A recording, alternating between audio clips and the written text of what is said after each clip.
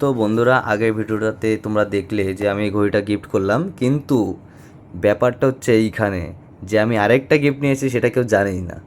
সেটা না, সত্যি? কেউ জানে না, শুধু আমিই জানি। সেটা আমার মন থেকে নিয়ে এসেছি, যেটা নেই তোমার। আমি সেটা একটা গিফট দেবো, এই নাও।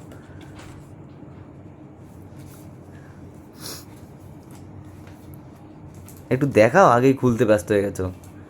এটা হচ্ছে OnePlus থেকে নর্ড বাট, এটা বাডস 3R। যাই হোক, হেডফোনটা ভালো হেডফোন, রিভিউ দেখে নিও সবাই, ঠিক আছে? আসলে ওর তো হেডফোন আছে, ঠিক আছে, গেম খেলার।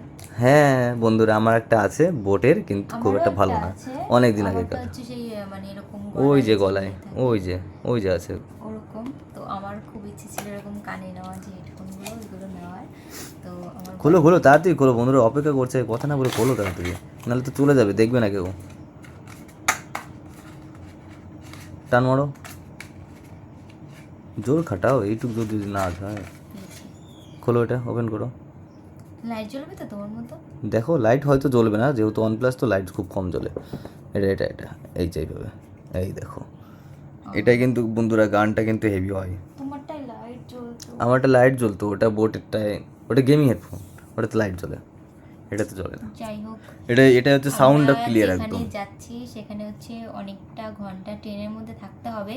তো সামনে ভাবলাম, প্রচুর জল।